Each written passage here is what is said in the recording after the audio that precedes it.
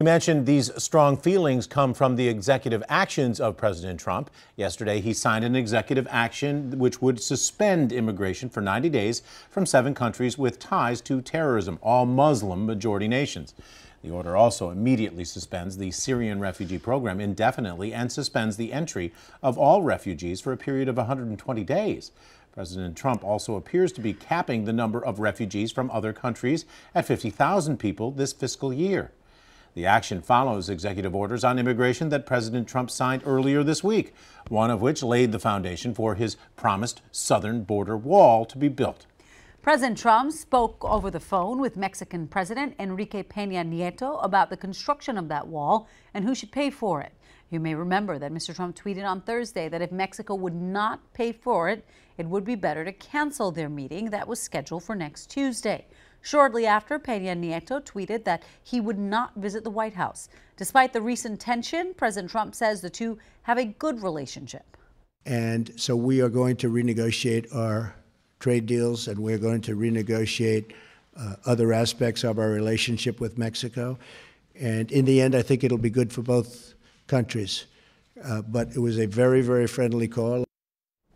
A spokesperson for the Mexican official's office says both leaders recognized their different stances on the wall project and agreed to solve their differences as they discuss all aspects of the bilateral relationship. They also agreed not to speak publicly about it for now. President Trump expected to call several foreign leaders today, including French President François Hollande, German Chancellor Angela Merkel, and Japan's Prime Minister Shinzo Abe. But the most attention-grabbing call on that agenda is to Russian President Vladimir Putin. A critical first encounter with major international implications, and it will play out over the phone. Donald Trump's first call as president today with his Russian counterpart, Vladimir Putin. I don't know the gentleman. I hope we have a fantastic relationship. That's possible, and it's also possible that we won't. Before he became president, Trump called Putin very smart and openly praised his leadership. He's been a leader far more than our president has been a leader. When asked about Putin on Friday, Trump moderated his tone.